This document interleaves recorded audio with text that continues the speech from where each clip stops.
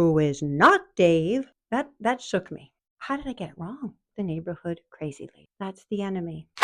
My youngest daughter became close friends with a lovely girl who lived directly across the street from our neighborhood elementary school. The girls were part of a tight knit group of pals, school sleepovers, Girl Scouts, and our families became close over time. The girl's father, Dave, was a big personality. He would show up in our backyard and point out which of my flowers were edible by eating my flower buds. I was not a fan. Or he knew a lot about nature. For a couple of years, we vacationed together in a lake house up north. Boat rides, tree swings, bonfires.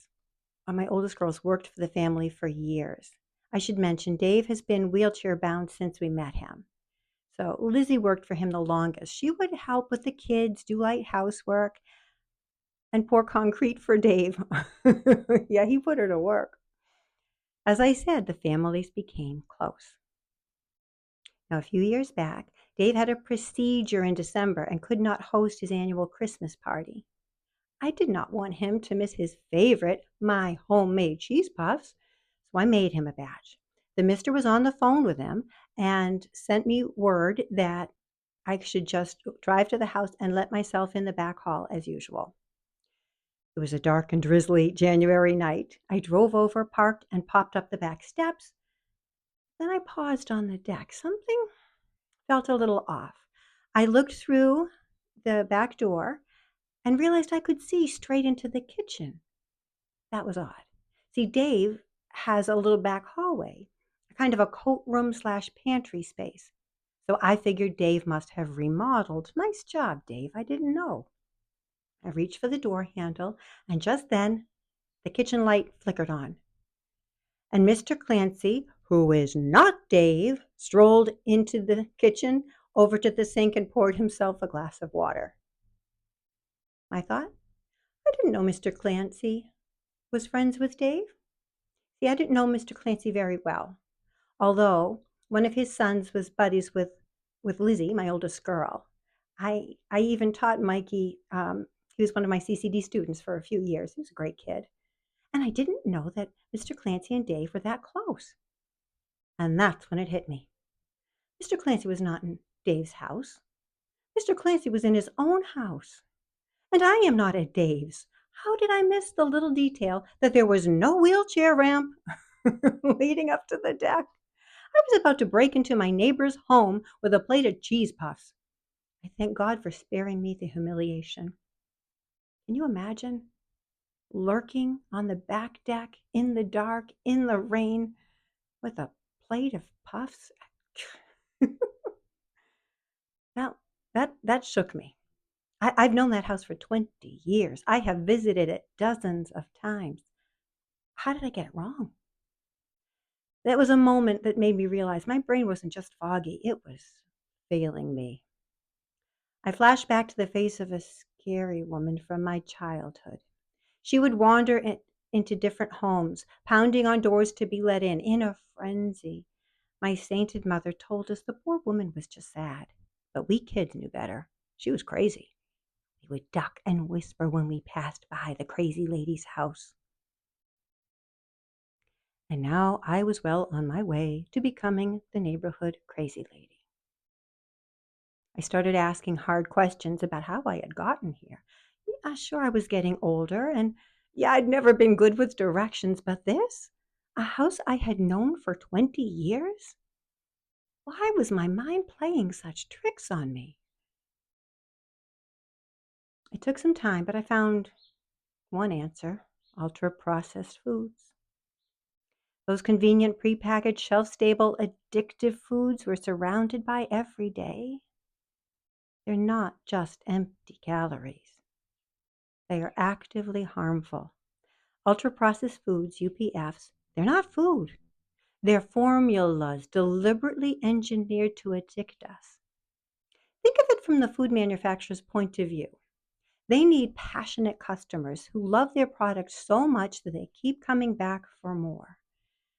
Our flavor-first culture plus big food's need to create addictive, long-lasting, shelf-stable, low-cost products equal serious trouble because the main ingredients of most UPFs: refined grains, added sugars, seed oils, chemical additives. Now, we've talked about the dangers of seed oils and the problems with refined carbs. We haven't touched on additives yet.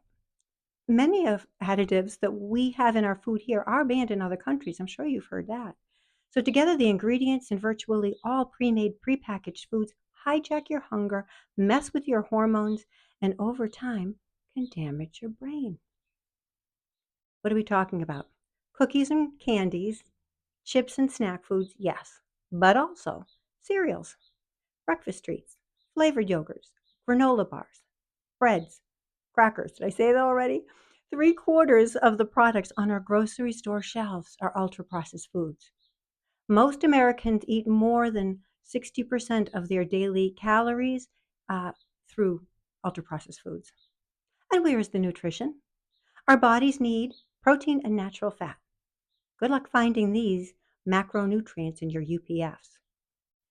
And studies show that the more UPFs you eat, the greater your risk of depression, chronic disease, cognitive decline, yes, dementia. I know, mind-blowing. UPFs are high in refined carbs and seed oils, two of the biggest drivers of chronic inflammation. And chronic inflammation, that's the enemy. It damages blood vessels, increases insulin resistance, disrupts neurotransmitter function. It leads to all kinds of chronic disease, heart disease, autoimmune disorders, diabetes, and diseases that affect your thinking, like Alzheimer's. And long before there is any diagnosis, inflammation fuels brain fog, intensifies cravings, and makes it harder to focus, remember, or feel emotionally steady. In short, UPFs break your brain. Today's challenge is simple but not easy. It's powerful. Go one full day without eating any ultra-processed foods. How can you spot a UPF? If it has more than 3 ingredients, if it has ingredients you don't recognize, if there's a flashy health claim on the front, it's probably a UPF. Honestly, if you didn't make it with your own little hands, and I'm not talking about a box of Duncan Hines or Hamburger Helper, it's probably a UPF.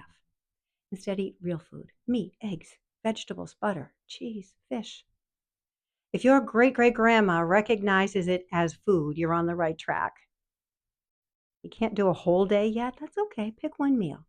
Breakfast would be ideal. Or pick one food to swap. Maybe snack on hard cheese or nuts instead of chips, and then do it again tomorrow. This is day 6 of my 7 days to a clearer mind. The whole guide is below, all yours, free for the taking.